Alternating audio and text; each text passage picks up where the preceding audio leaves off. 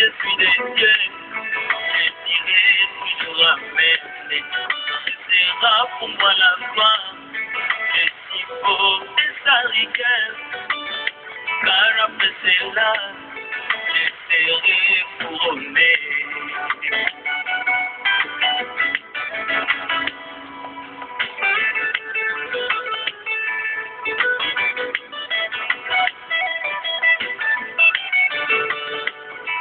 Comme un marteau qui brisait les rocs, la parole est de Dieu. Jusqu'à ce que la pierre prenait la forme. Comme un autant que Salomon construisait les temples. C'était dans la carrière que la pierre prenait la forme. Et tous les fruits ne se trouvaient que dans la carrière. Et là où l'on construisait, il n'y avait aucun fruit. Aujourd'hui, la carrière, c'est bien nos assemblées. Pour les marteaux, la parole était Dieu nous donnait la forme. Mais bien que c'est difficile, c'est coup de marteau. Je sais, mon Seigneur, ce que tu fais, que moi je sois. Sera manifeste à la fin du travail. Et en ce temps, je serai vraiment utile quand tu construiras ton corps, mon Jésus.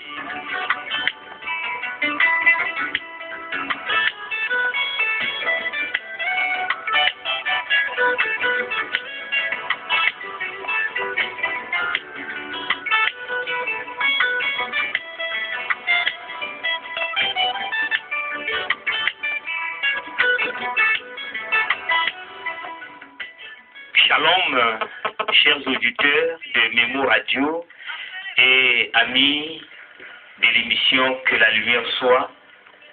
Nous voici ce soir pour un autre numéro de notre de la liste d'émission, toujours portant sur l'arche de Noé comme thème. Depuis quelques semaines, ce thème a commencé à être abordé et nous avons appris par l'aide du Saint-Esprit que l'arche de Noé nous parlait de l'enlèvement, mais aussi de l'avènement, donc du retour du Seigneur en gloire. Et après plusieurs enseignements sur l'arche de Noé comme enlèvement, le pasteur Claude Moudanga, qui est l'orateur principal de cette émission, a aussi profité hier de tracer la ligne prophétique. La ligne prophétique, donc à partir de l'enlèvement jusqu'à ce que nous rentrions dans l'éternité. Alors, c'était juste, en tout cas, une façon pour lui de flasher. Il n'est pas entré dans les détails parce que chaque partie, chaque événement constitue un enseignement à part entière. Et donc, il ne pouvait pas aller dans les détails. Et je crois que les uns et les autres ont pu profiter de cela. Nous glorifions le Seigneur. Et aussi, il a été dit que ceux qui voudront creuser, ceux qui voudront avoir des détails, pouvaient appeler directement le pasteur Clit par les numéros que nous vous communiquerons une fois de plus. Vous avez aussi la possibilité de vous rapprocher tout simplement de lui, peut-être que par moment, c'est bien d'être ensemble. Vous pouvez le contacter donc à la base, pense aux comprises. Il y a un immeuble, en tout cas au pont même, derrière l'immeuble, c'est là où se trouve l'église, le rassemblement des saints. Pour ce soir, je voudrais donner la primeur au pasteur pour qu'il nous dise si nous allons continuer avec l'arche de Noé ou alors nous allons aborder un autre aspect, un autre point. Pasteur, bonsoir. Bonsoir, pasteur. Bonsoir, Sœur Persia, cabine technique. Bonsoir, frère Michel. Bonsoir, pasteur. Pour ce soir, je pense que nous allons revenir sur notre thème. Comme pourront le constater nos fidèles auditeurs, notre thème, c'est l'arche de Noé. Mais nous étions allés, comme l'a dit le pasteur Michel, jusqu'à expliquer la montée des eaux. Et hier, on a même touché la montée et la descente des eaux, jusqu'à retrouver la terre ferme, comme nous avons expliqué par les nouveaux sur la nouvelle terre, donc la terre où on doit vivre l'éternité, puisque l'éternité aura lieu sur terre. Alors quand on est arrivé là, c'était pour simplement donner une lumière dans la ligne prophétique. Mais en ce qui concerne notre enseignement, nous sommes en train de traiter l'arche de Noé. Donc nous allons prendre le plaisir de revenir et expliquer d'autres facettes de l'arche. Ce qui est bien, c'est que de façon prophétique, on a expliqué depuis la naissance de Noé, avant même qu'il ne naisse, on a retracé les prophètes qui devaient annoncer l'arrivée d'un homme qui devait apporter le repos. On a expliqué l'œuvre accomplie, on a expliqué l'arche, on a expliqué les dimensions, la construction. Nous sommes arrivés à expliquer le temps où il fallait que, après que l'arche soit achevée, le temps, les 7 jours ont été expliqués, on a expliqué la note de l'arche, donc on a expliqué un peu en bref ce qui était essentiel à retenir et comprendre dans l'angle prophétique, je dis bien. Mais l'évangile ne se comprend pas seulement dans la prophétie, car l'évangile a plusieurs volets. Paul disait dans son épître aux Corinthiens, chapitre 14, verset 6, de quelle utilité vous serais-je si je venais à vous parler en langue et si je ne parlais pas dans la révélation, dans la connaissance, dans la doctrine et dans la prophétie. Donc on a parlé dans la prophétie, mais il y a aussi un parler, il y a de la nourriture dans la révélation, il y a des choses à comprendre dans la doctrine et dans la connaissance. Voilà pourquoi la ligne ayant été tracée, plus ou moins le peuple a maintenant une idée. Donc nous voulons revenir sur l'arche de Noé et toucher un peu d'autres facettes de l'arche. Donc nous allons faire la lecture. Nous allons lire, nous revenons donc sur le même passage, Genèse chapitre 7. Nous prenons à partir de quel verset, pasteur? Je veux souhaiter qu'on retourne un peu. On va revenir Genèse chapitre 5, verset 29.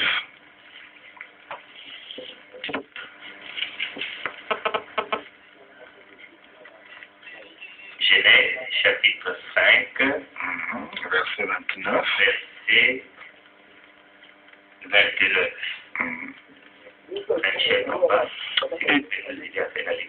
Lisons ce qui est écrit dans Genèse chapitre 5, le verset 29. Il lui donna le nom de Noé en disant, celui-ci nous consolera de nos fatigues et du travail pénible de nos mains, provenant de cette terre que l'Éternel a maudite. Ok, nous allons prendre Genèse chapitre 6, on va lire le verset 13. Genèse chapitre 6, le verset 13. Alors Dieu dit à Noé, la fin de toute chair est arrêtée par devers moi, car ils ont rempli la terre de violence. Voici, je vais les détruire avec la terre. Verset 14. Fais-toi une arche de bois de gopher. Tu disposeras de cette arche en cellule et tu éloigneras de poix en dedans et en dehors. Gloire soit rendue à Dieu. Nous lisons Deutéronome chapitre 8, verset 7 et on lira Deutéronome chapitre 11, verset 11 à 12.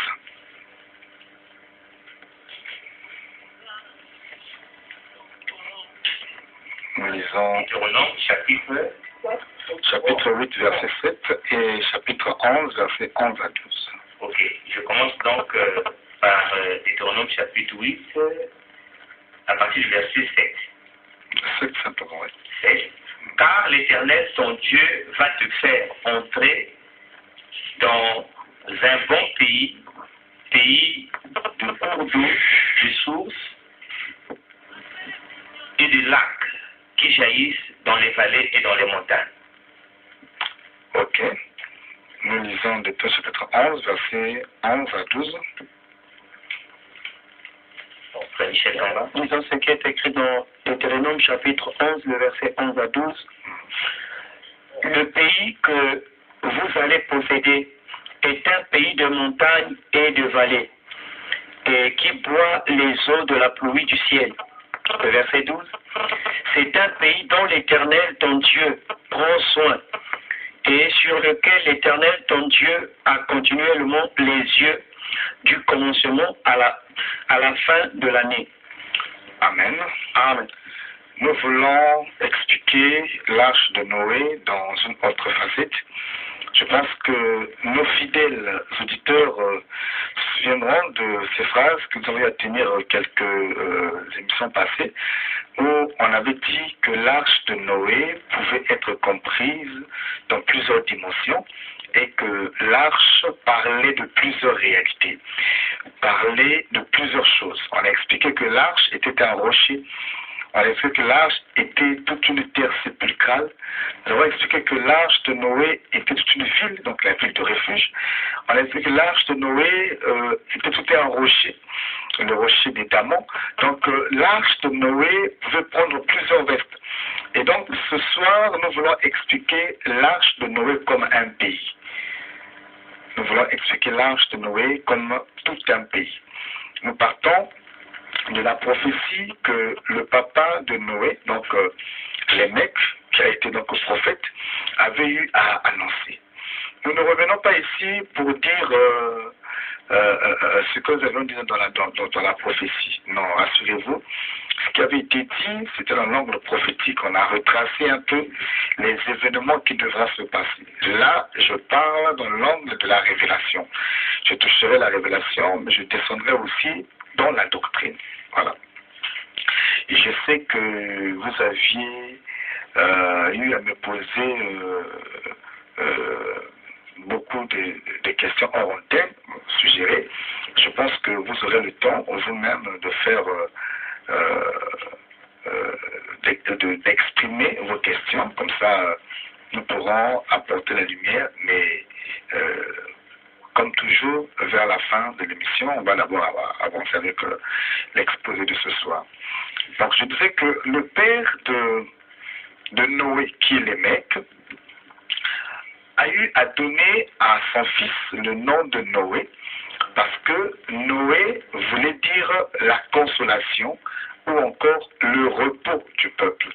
Le père, en voyant Noé, il voyait en Noé le repos de la terre. Il voyait en Noé celui qui devrait donc consoler et Lémec et toute la famille de Lémec de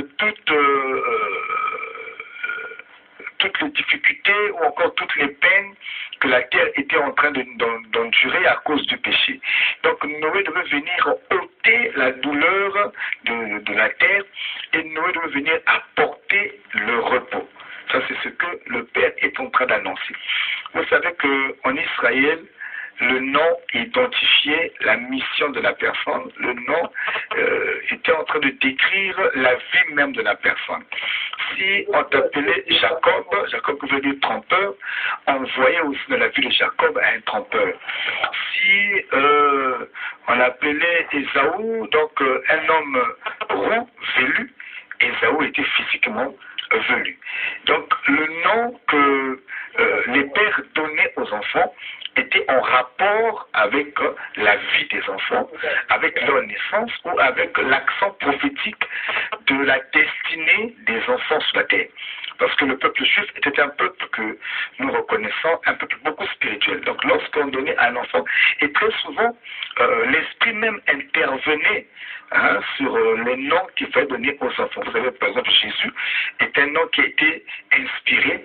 Et lorsque nous voyons Jésus, donc Dieu sauveur, évidemment, au jour de sa chair, Jésus a sauvé.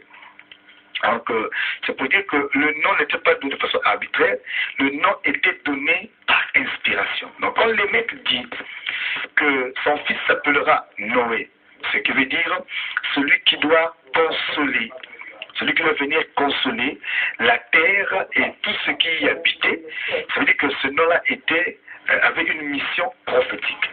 Donc Noé est celui qui doit apporter le repos. Or que quand Noé arrive, alors au jour de sa chair, l'Écriture dit qu'il n'a plus consolé la terre comme il le fallait, mais Noé a consolé sa famille.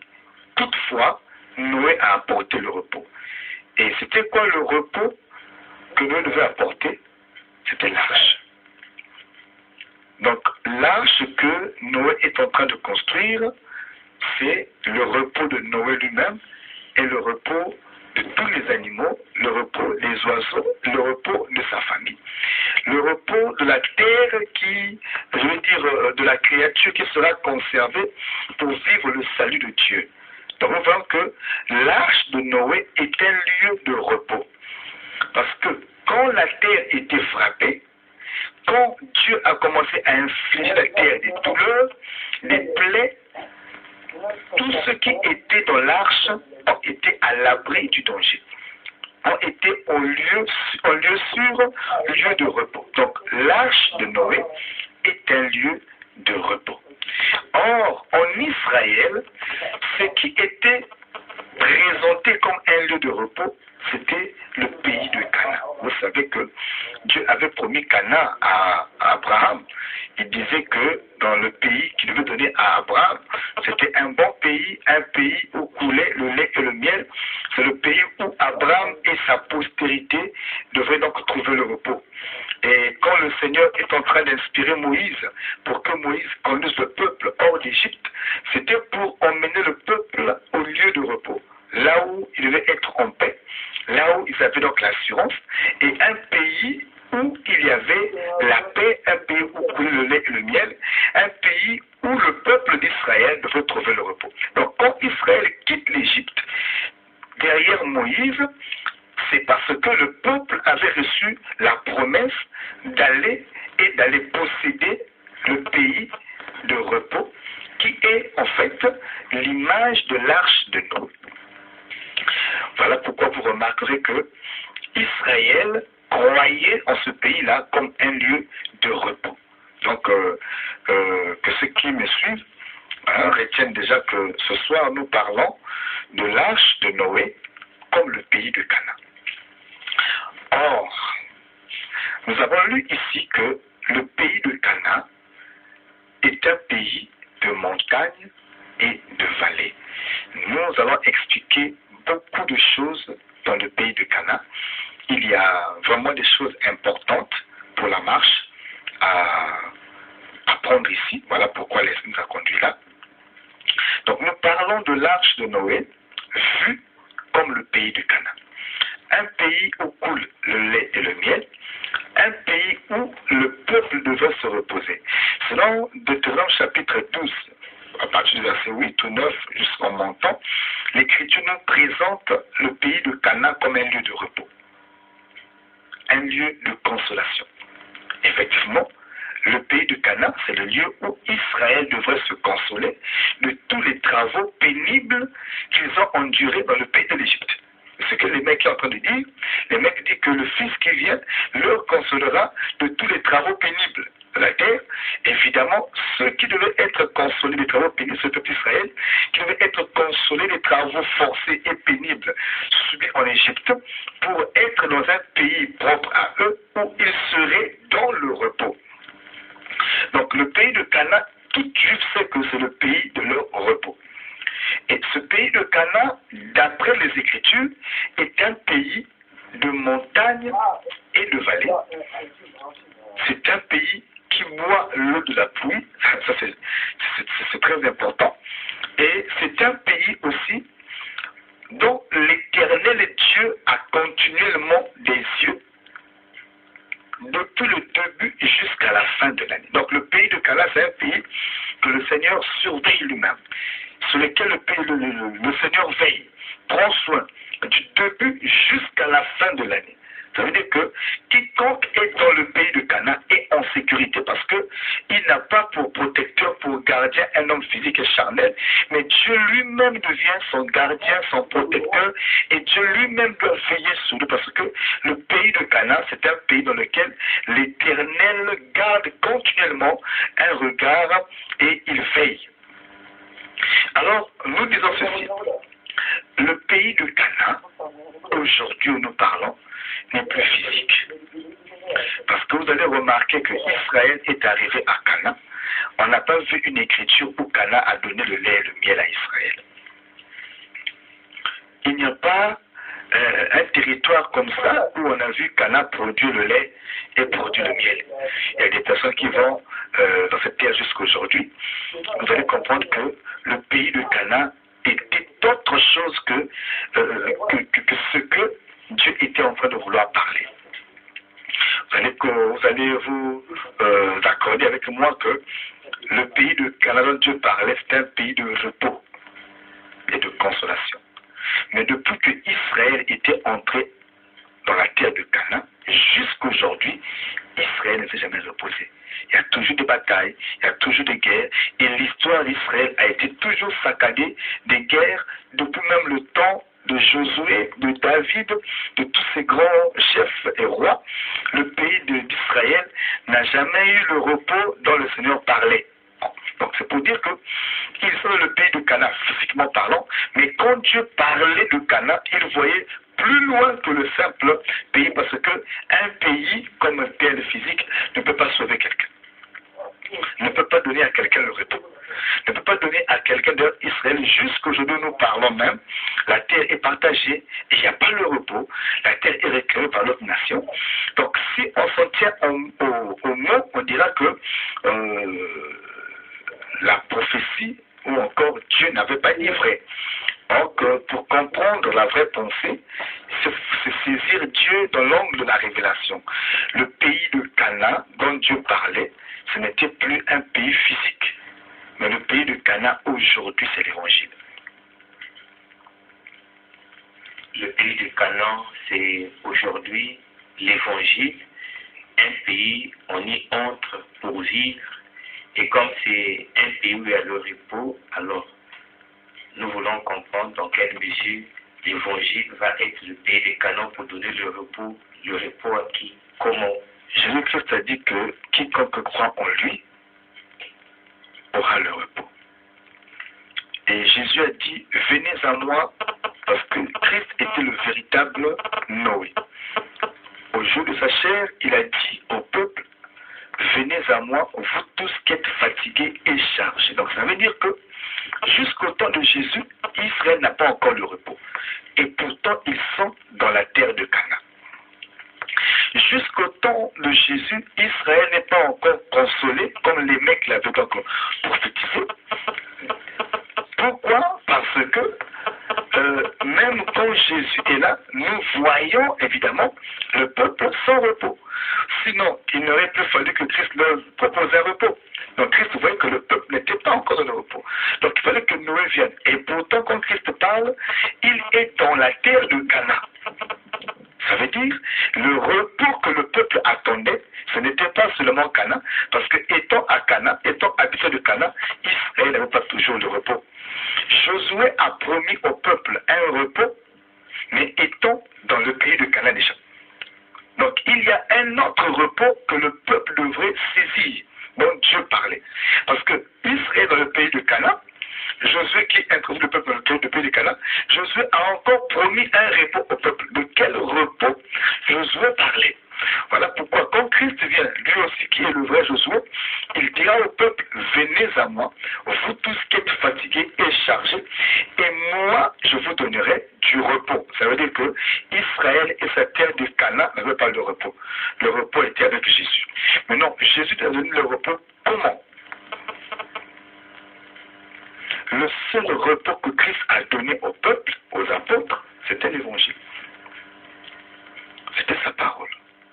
Il dit que si vous croyez en moi, la vérité vous rendra libre et vous affranchira. Rendre libre, c'est donner la liberté à quelqu'un, le repos à quelqu'un. La parole de Dieu, c'est ce que le Seigneur a eu à donner comme lieu de repos et de consolation. Aujourd'hui, on se repose en Christ. Mais en Christ, comment? Dans la parole. Voilà pourquoi l'Écriture dit que ceux qui meurent aujourd'hui dans la parole se reposent. Ils se reposent comment? Ils se reposent dans la parole, parce que la parole est un lieu de repos. Mais plus loin que ça, la parole, l'évangile est tout un pays. C'est le pays du Canaan. Mais non, dans l'évangile qui est le pays de Canaan, il y a plusieurs réalités. Il y a plusieurs villes, il y a plusieurs réalités, il y a tout un système dans le pays de Canaan dont Dieu parle. Vous allez remarquer, Pasteur Michel, l'Écriture dit par exemple en Israël, dans le pays de Canaan, il n'y aura pas de femmes stériles. Mais Anne n'était pas à Canaan, elle était stérile. Dieu a-t-il menti? Parce que l'Écriture est claire. C'est un pays où il n'y aura pas de femmes stériles, des femmes qui avortent. L'Écriture est claire là-dessus. Mais je me demande, Sarah était où? Anne était où? Elisabeth était où? Dans le pays de Canaan. Quel est ce Canaan où il ne peut pas y avoir des femmes stériles? Oui, c'est à vous donc. Donc si on prend Canaan comme une terre physique, c'est vrai que le pays de Canaan est là. Ici, on va expliquer beaucoup de choses, parce que vous allez remarquer que Canaan, d'abord, c'est un homme. Avant d'être un pays, Canaan, c'est un homme. Donc, on va expliquer comment Canaan est un homme, parce que Canaan aussi est un animal. Pour produire le lait, il faut être une vache. Canaan est une vache. Parce que jamais un pays ne peut produire le lait en lui-même. Il n'y a pas un lieu comme ça en Israël où on va pousser le lait, où un puits où on pousse le lait, il n'y en a pas. Donc quand Dieu parle d'un pays où le lait doit couler, où Dieu prophétise, où Dieu dit autre chose, frère. On n'a pas vu en Israël un lieu, je ne sais pas, à Hébron, je ne sais pas, à Tel Aviv, les gens y vont toutefois. Il n'y a pas un lieu comme ça où on a vu le lait en train de couler. Israël prenait le lait dans les vaches, il n'y avait pas un lieu où il y avait le lait. Pasteur, à moins que vous nous promettiez que chacun des aspects que vous êtes en train de souligner, Canaan comme étant un homme, Canaan comme étant une vache, Canaan comme étant... À moins que vous nous promettiez que vous allez entrer dans les détails, sinon... Nous sommes dans le pays de Canaan. Nous sommes dans le pays de Canaan ce soir. On n'est plus dans l'appartement de la montée des eaux. Nous sommes dans le pays de Canaan et on va manger les fruits du pays. Et la lumière soit. Amen. Donc pour ça, on n'a pas à s'inquiéter. On mangera le fruit du pays. Nous sommes à Canaan. Donc nous disons que Canaan aujourd'hui n'est plus un lieu physique. Ça m'étonne que les gens partent en Israël pour aller chercher un repos.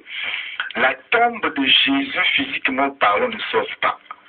Tu peux aller te baptiser au Jourdain, tu ne seras pas sauvé. Pour que le Jourdain sauve quelqu'un, il faille que ce Jourdain-là puisse avoir 12 pierres. Le Jourdain qui sauve, c'est le Jourdain qui a 12 pierres.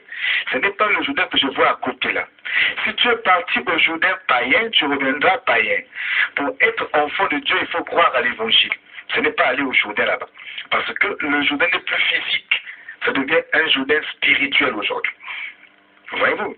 Sinon, Philippe ne devrait pas baptiser un Éthiopien. Là où il l'a baptisé, il devrait le ramener au Jourdain. Aujourd'hui, c'est aussi un conseil pour vous de décourager ceux qui vont Bien effectivement, Israël aujourd'hui est banni de la grâce. L'écriture est claire. La grâce est vers les nations. C'est l'ignorance qui pousse sur les nations d'aller en Israël. Nous irons en Israël après le temps du rachat, c'est pas maintenant là.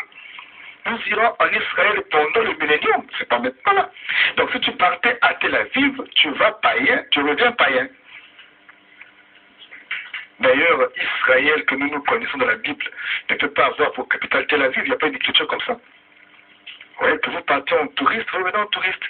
Dieu n'est même pas avec vous. Si tu es parti saint, c'est bien, tu reviendras saint. Mais si tu es parti païen, il ne faut pas croire que le Jourdain ferait de toi un enfant de Dieu. Ça, c'est faux. L'écriture, quiconque croit, c'est ça, c'est qui fait de nous un enfant de Dieu. Il y a des gens qui vont se faire baptiser même là-bas, parce que c'est le Dieu même où c'est triste. C'est triste. C'est triste. C'est mal comprendre les choses. Hein? C'est même la preuve qu'on n'a pas connu Dieu. Si quelqu'un doit prendre le baptême 2 fois par complexe d'une eau physique, alors je comprends qu'il n'a pas connu Dieu. Ok, on revient sur notre Canaan. Il y en a même qui vont là-bas, hommes de Dieu, qui vont ramasser la terre de Canaan pour venir vendre au Congo. Ça, c'est l'escroquerie, ça. C'est l'escroquerie. Ça n'a pas de sens. Vous allez récupérer une portion de terre pour venir vendre ça aux pauvres frères que vous avez prétendu aimer. Ça n'a pas de sens. Hein, ça n'a pas de sens. Je comprends, c'est une terre touristique, hein, les gens peuvent y aller, mais jusqu'aujourd'hui, la grâce n'est plus en Israël. La grâce se trouve dans l'Église, parmi les nations. Si tu partais en Israël, là où il y a des frères dans la foi, gloire à Dieu. Mais si c'est pour aller se faire rabbin, ou je ne sais pas comment, c'est vraiment, vous voyez, les gens vont là-bas avec des toges, avec des soutanes, avec des bonnets sur la tête, et ils commencent à prêcher avec des bonnets. Alors que l'Écriture, connaît ces choses-là. Les murs de lamentation. Voilà, quoi devenir. C'est triste.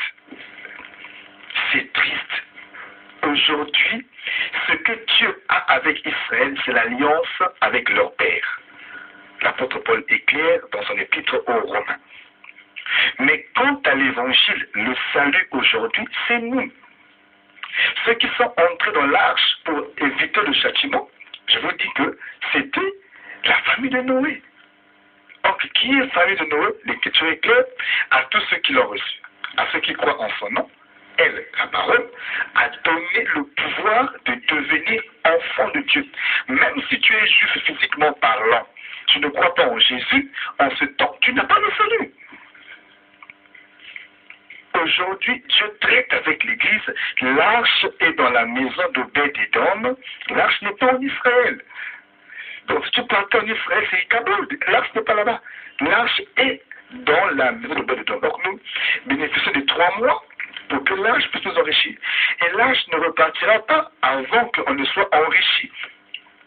Voyez-vous? Donc aujourd'hui, je décourage les bien-aimés frères qui, bon, l'ignorance est un grand danger. Hein?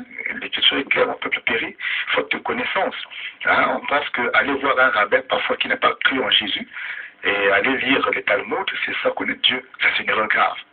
Ce n'est pas en lisant la Kabbale ou les Talmuds. Israël a toujours eu la Kabbale et les Talmuds, ils ont tué Jésus.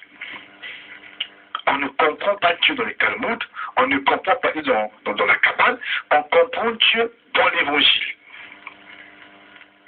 On comprend Dieu avec le Saint-Esprit. Ce n'est pas avec les Talmuds, avec la Kabbale, je ne sais pas quoi d'autre, c'est pour devenir rabbin. Si vous voulez devenir rabbin, allez convertissez-vous, devenez, je ne sais pas, Danite ou je ne sais pas, Benjaminite. Voyez-vous? Donc c'est une erreur. Hein, j'exhorte tous mes bien-aimés frères qui me suivent. Il y a des campagnes toutefois, hein, les gens qui vont là-bas pour célébrer des fêtes juives. Je ne sais pas pourquoi. Je ne sais pas pourquoi, mais c'est vraiment l'ignorance. Je pense que nous allons expliquer ici, un jour, au jour du Seigneur, les 7 fêtes de l'Éternel. On va comprendre que beaucoup de fêtes qui se célèbrent dans nos églises aujourd'hui sont des fêtes qui n'ont aucun rapport avec la foi chrétienne, je vais dire. Voilà, donc le pays de Canaan, homme de Dieu, n'est plus le pays physique que nous avons en Orient, mais le pays de Canaan, aujourd'hui, le pays de Canaan qui sauve, qui peut mettre un peuple à l'abri, c'est l'évangile que Jésus a laissé. C'est là où Christ a placé ses enfants. où Christ a placé les apôtres. Voyez-vous, Christ disait aux Juifs, vous-même vous n'entrez pas, mais vous empêchez à ceux qui veulent entrer d'y entrer. Entrez où? Vous fermez la porte. La porte de quoi? Entrez où? Mais dans le pays de Cana. Le véritable Cana qui est capable de donner au peuple le repos. Le véritable Cana qui est capable de donner au peuple le lait et le miel. Le véritable Cana dont Dieu garde les yeux continuellement du début jusqu'à la fin de l'année. Or que le pays de Cana véritable, un pays où il y a les fruits excellents. Le pays de la vigne, c'est un pays excellent. Et le véritable pays de Cana, c'est l'évangile au temps où nous sommes. Et l'évangile au temps où nous sommes, c'est l'Arche de Noé. Ouvrez-nous les yeux, pasteur, s'il vous plaît. Le pays de Cana aujourd'hui, c'est l'évangile. Mais nous voudrions voir comment l'évangile accorde le repos, comment l'évangile qui est le pays de Cana accorde le lait et le miel. C'est quoi le lait et le miel? C'est quoi le repos? Comme ça, nous moirons sur parole. Quand vous dites le pays de Cana, c'est l'évangile. Le lait et le miel, on y arrivera. On expliquera comment est-ce que Cana produit le miel et comment est-ce que Cana produit le lait. Parce que pour produire le lait, il faut être une vache. Promesse de l'homme de Dieu. En tout cas, nous vous laissons continuer tranquille. Maintenant, nous restons la promesse. Nous voulons, homme de Dieu, saisir une pensée ici, on est venu pour prendre quelque chose. C'est que le pays de Cana, du temps de Noé, c'était l'arche. Et au temps où nous sommes, l'arche véritable, qui est l'évangile, mais c'est aussi un pays. Parce que l'arche était tout un pays où Noé a vécu tout le temps du déluge. Il y avait tout le reste. Donc là, ça devenait tout un pays à l'intérieur. C'était tout un pays. Voilà pourquoi, après la pluie, on a vu la descente de l'arche. L'arche est revenue sur la terre ferme. Noé est venu vivre dans la nouvelle terre. Mais quand les gens voient ça dans l'Apocalypse, ils voient une ville qui quittait le ciel pour descendre vers la terre. Donc l'arche est aussi une ville. Mais l'arche, je ne suis pas encore là-bas, j'y arriverai. L'arche aussi est un pays. C'est le pays du repos. Le pays de Cana. Maintenant, le pays de Cana, je parle aujourd'hui, ce que je vais prendre ce soir, c'est que le pays de Cana, on a lu ça d'après Détroit chapitre 11, est un pays de montagne et de vallée.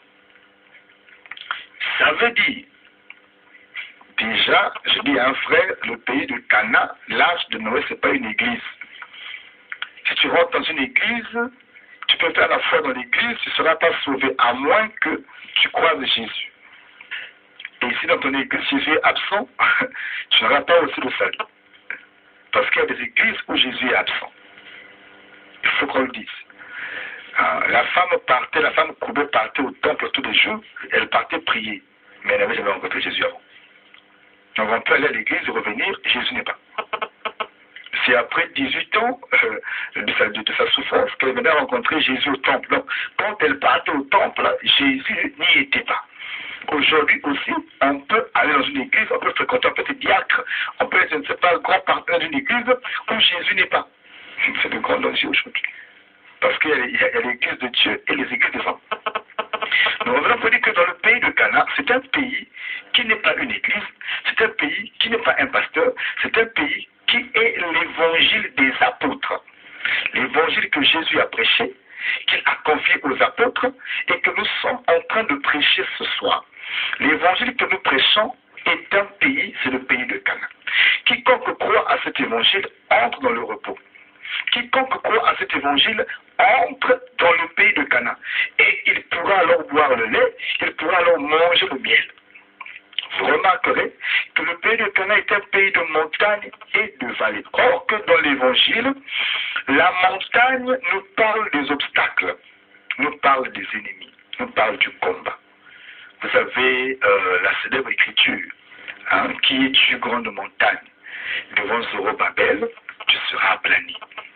Voyez-vous? Donc la montagne est une position, est un combat, est une rivalité. Voyez-vous? Et l'Écriture dit même que si tu as la foi, tu peux dire à cette montagne, ôte-toi. Donc la montagne est aussi un blocage. Ça veut dire quoi? Ça veut dire que dans l'évangile que nous avons cru, l'évangile des apôtres n'exclut pas le combat. Tu peux être dans l'évangile, tu peux croire en l'évangile, tu es dans la ville de Cana, mais ça n'exclut pas le combat. Ça n'exclut pas les épreuves. Ça n'exclut pas de l'opposition. Ça n'exclut pas, d'ailleurs Christ a dit, on vous fera la guerre. Ça n'exclut pas la guerre. L'adversité. L'adversité. Jésus a dit, vous aurez le royaume, mais avec des persécutions. Nous ne croyons pas à cet évangile qui dit, c'est faux. C'est le repos, non? Non? Oui, mais le repos là ne veut pas dire, il faut bien comprendre ce repos. Ça ne veut pas dire au peuple ce que le peuple n'aura pas. C'est donner au peuple de faux espoirs. Le peuple aujourd'hui pense et croit que quand je crois en Jésus, je serai riche. C'est faux. Venez à moi, vous tous qui êtes fatigués et chargés, je vous donnerai du repos. Parce que aussi là, c'est faux. Christ est venu sur terre, lui-même Jésus qui sur terre, il n'a pas fini la souffrance. L'église qu'il a laissée conduite par Pierre avait des indigents. C'est l'amour qui faisait que la pauvreté disparaisse. Parce que celui qui avait partagé avec son frère, mais physiquement comme ça, il y avait des indigents. Il y avait des esclaves physiques. Paul l'a dit, que celui qui est esclave n'oublie pas que son frère, qui est son seigneur, qui garde le respect pour son frère, c'est-à-dire que dans l'église, il y a des esclaves, physiquement parlant. C'est pas parce que on a cru en Jésus, donc bien aimé, ça veut dire que tu peux. J'ai écouté un frère dire que non, moi depuis que je crois en Jésus-Christ, je suis un homme malade. Si tu crois mon Dieu, tu te malades malade. Ça c'est un sorcier. Qui me lunga. Si il y en a même qui disent frère, moi, j'aimerais pas. Il faut expliquer ça, frère. Paul est mort. Pierre est mort. Même Jésus est mort. Tu ne pourras pas comment? Tu ne pourras pas comment? Prêcher au peuple, donnons au peuple la vraie parole. Ne donnons pas au peuple des flatteries, des fables, des faux espoirs. Pourquoi aujourd'hui on a même les enfants de Dieu qui acculent à la vérité, qui a croisé la lumière, mais qui se rétrogradent à un niveau où même le païen est mieux. Aujourd'hui, on a un enfant de Dieu, et même des serviteurs qui redeviennent aujourd'hui féticheurs. Oui, c'est un féticheur, il était pasteur d'une église, non, il était aussi maté, il devient féticheur parce qu'on avait mal prêché l'évangile. Le pays de Cana, c'est un pays de montagne et de vallée. Il peut y avoir de l'adversité sur ton chemin. Mais ce qui est bien, l'Écriture dit le malheur atteint souvent le juste. Souvent. Ça veut dire que dans la voie du juste, le malheur est permanent. Et ça peut toutefois arriver.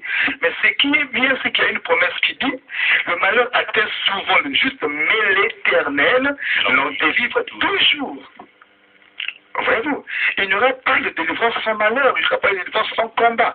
J'aimerais dire à quelqu'un qui m'écoute, certainement qui passe des moments difficiles, croire en Jésus n'exclut pas des moments difficiles. Mais il faut t'accrocher au Seigneur parce que dans chaque combat, le Seigneur a une délivrance pour toi. Dans chaque difficulté, celui qui t'a appelé a une solution pour toi. Crie seulement au maître et il descendra pour te délivrer, peu importe le problème. Mais il ne faut pas croire que tu n'auras pas de problème, c'est mal comprendre Dieu. Le pays de Cana, qui est l'évangile, qui est l'arche de Noé, est un pays de montagne et de vallée. Ça veut dire, il y a un temps de montagne, mais il y a aussi un temps de vallée.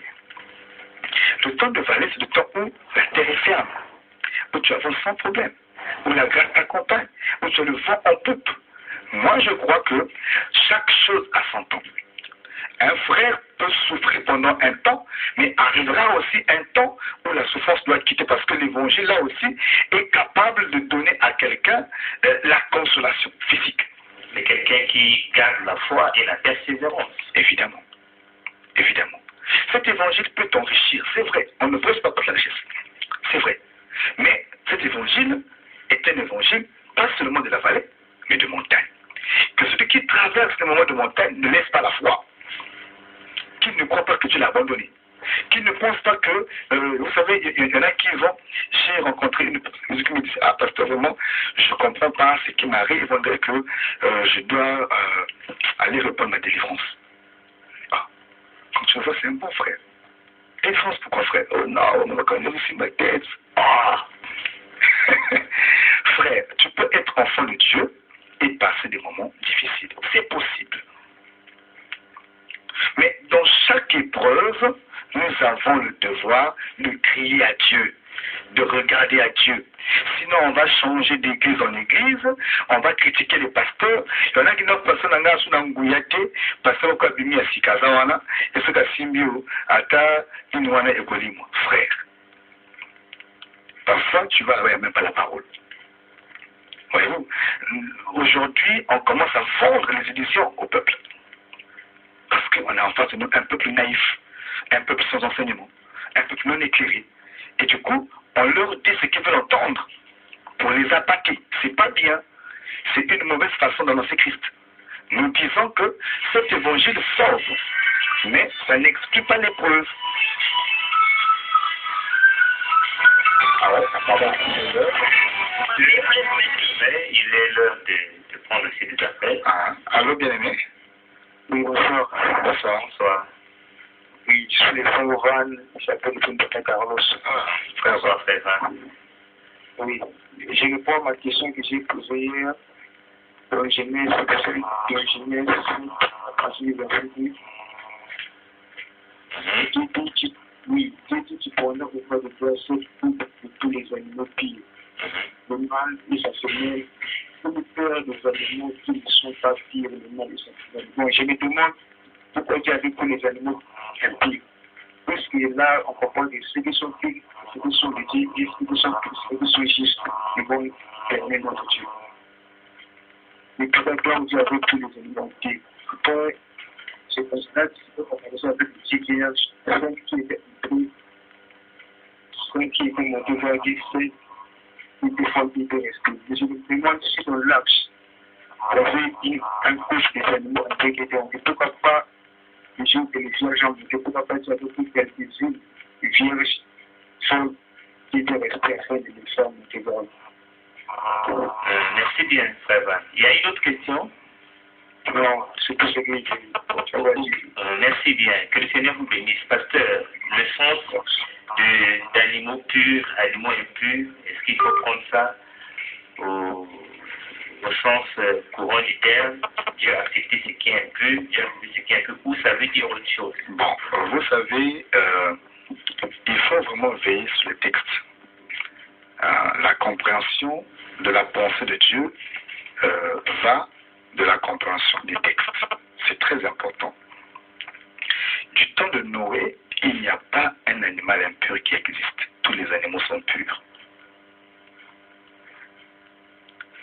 Celui qui explique les animaux impurs et impurs, c'est la personne de Moïse.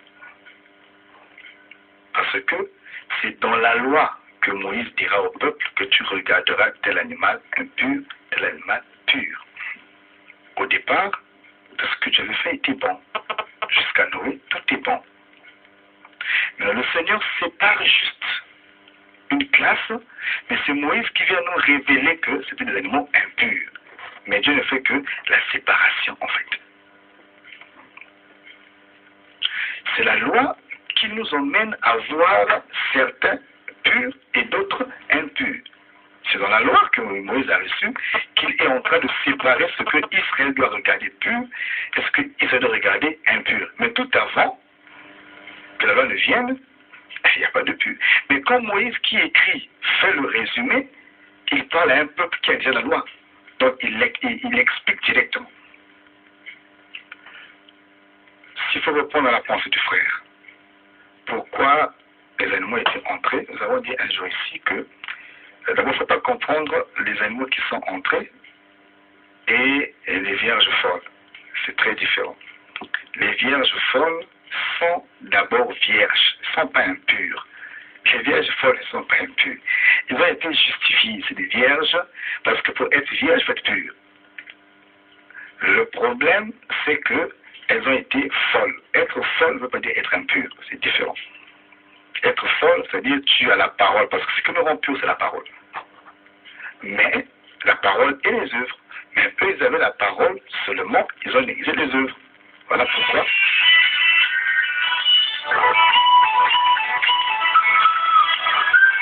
C'est bien, les chers auditeurs, d'attendre que le pasteur termine de répondre à une question avant de ce point de Allô? Bonsoir, pasteur. Bonsoir. C'est le frère Michel à Bignou. Frère Michel. Bonsoir. Je voudrais poser une question Oui. à propos de la postérité de la femme de la Bresse. Oui. Qui va composer cette postérité et que sera le son de cette postérité quand la femme sera mise au désert? Merci. Merci beaucoup, frère Michel. Vous comprenez la que, question avait été déjà répondue. vous comprenez que la question de frère Michel, c'est un récapitulatif. Ok. Certainement, avec l'heure qui nous reste, je ne sais pas, Dieu nous permettrait qu'on revienne pour récapituler la notion, quand c'est une question. Mais frère Michel, on ne peut pas reprendre ça en 2 minutes. Vraiment, déjà, maintenant, tu comprends que c'est vraiment un temps qu'il faut expliquer, parce que la question, on voudrait des précisions, quel serait le sort, et donc il faut situer la réponse. Donc, supporte-nous encore, nous reviendrons pour faire pour revenir sur cet élément-là, spécialement après la porte de la lumière. Donc, déjà pour le frère Van, nous disons que ceux qui sont entrés dans l'arche étaient purs. Mais les animaux impurs, c'est un peuple, ça parle des nations. Ça veut dire, ceux qui composent l'Église, il y a une partie d'Israël et il y a une partie des gentils. C'est les peuples des nations. Nous sommes, même si on dit qu'on est chrétien, c'est par rapport à la foi. Quant à la chair, nous sommes païens. Israël nous regardera toujours comme des païens parce que nous ne sommes pas les fils d'Abraham quant à la chair. Quiconque n'est pas fils d'Abraham quant à la chair, Israël le regarde comme païen. Et même la loi le considère comme un circoncis. Parce que nous ne sommes pas circoncis d'après le rite de Moïse. Nous, aujourd'hui, les Hébreux sont circoncis à 3 mois, à 8 mois, je ne sais pas comment, mais on ne reste pas le rite de Moïse. Ce qui, pour les Juifs, est une loi. Donc, nous comprenons que nous ne sommes pas Juifs contre la chair, on est Juifs contre la foi. Mais quant à la chair, on est vu comme des impurs. Tu as la parabole, tu as la vision que Pierre a eu à faire chez Corneille, où il y a toute l'explication, je pense qu'on était passé par là. Ça veut simplement dire que ceux qui entrent dans l'arche, l'Église est composée des frères juifs contre la chair et des frères des nations. Les juifs, c'est donc les animaux purs. Voilà. Et les gentils, les non-juifs qui sont chrétiens, les animaux impurs. Voilà, simplement. Les Pierre, les Jean, les Jacques, les André, c'était des juifs contre la chair, mais qui entrent dans l'alliance de l'Église et non dans le peuple d'Israël. Voilà pourquoi, dans l'arche, il y a des animaux purs et impurs. Je pense que la réponse est donnée. Alors, nous revenons sur le pays du Canada, nous sommes vers la fin. Et nous rappelons aussi que vous pouvez nous contacter au 04 020 26 98 pour ceux qui nous prennent en cours de chemin. Les 04 020 26 98, mais hors antenne, vous pouvez nous contacter au 06 945 35 24. Pas possible, vous pouvez vous rapprocher de nous. Nous sommes situés à la base de Socopris, juste au pont de Socopris, sur le pont même. Vous avez, avant le pont, il y a une ruelle à votre droite, mais au pont, il y a une maison en étage, en baie vitrée. Derrière la maison d'étage, vous avez l'église, le rassemblement des saints, là où vous pouvez nous trouver. Toutefois, ce que nous devons retenir, parce qu'on va faire un petit voyage sur le pays du Canaan, au fur et à mesure qu'on va avancer, on va expliquer le pays du Canaan dans certaines facettes, mais ce qu'il faut retenir ce soir, c'est que le pays du Canaan, qui est l'évangile, qui est l'arche de Noé, au temps où nous sommes, L'arche de Noé est un pays, le pays de Canaan, c'est un pays de montagnes et de vallées. Croire en Jésus n'exclut pas les épreuves, n'exclut pas le combat, n'exclut pas la déception. Tu peux être déçu par les hommes, mais ce qui est bien, c'est que Christ ne te décevra jamais. Tu peux être rejeté, par exemple, trahi, abandonné par les hommes. Ce qui est bien, c'est que Christ ne pourra jamais te trahir. Donc, si tu traverses ta montagne, sois-en sûr que le temps de la vallée aussi arrivera. Ne perds pas la foi, ne néglige pas la foi, ne recule pas parce qu'on t'a abandonné. C'est le chemin de la foi. Continue, persévère. Si tu es malade aujourd'hui, je crois qu'il y a un jour aussi pour ta guérison. Si tu es combattu aujourd'hui, je crois aussi qu'il y a un jour pour ton repos. Si tu es sans abri aujourd'hui, ceux qui sont dans les abris ont été hier aussi sans abri. Le Seigneur te consolera. Ne perds pas la foi à cause des épreuves. Abraham a été éprouvé et il a persévéré, il a vu le Fils. Je viens te dire, toi qui m'écoutes, frères et sœurs, Dieu n'est pas seulement un Dieu de révélation, mais c'est aussi un Dieu qui parle de ta vie. Peu importe ce que tu traverses, garde la foi. Ne perds pas la foi. Dieu est aussi pour toi. Il connaît ce que tu traverses. Si tu traverses un mois de montagne, garde la foi. Un temps de vallée arrivera. L'arche de Noé, pays des Canaan, pays des montagnes et des vallées, pays où il y a des hauts et des bas, telle est la marche des enfants de Dieu. Que le Seigneur vous bénisse, pasteur P. Nous sommes au terme de notre séance de ce soir, de notre émission Que la lumière soit. Que ceux qui ont des oreilles entendent ce que l'Esprit dit à l'Église et que ceux qui entendent ne se bornent pas à écouter, mais qu'ils mettent en pratique. À bon entendeur, shalom. Quand elle pénètre, elle partage la paix et l'esprit. Assiste l'homme et produit la repentance. Et comme il est fait, elle fait aussi couler les sangs. C'est la vraie circoncision.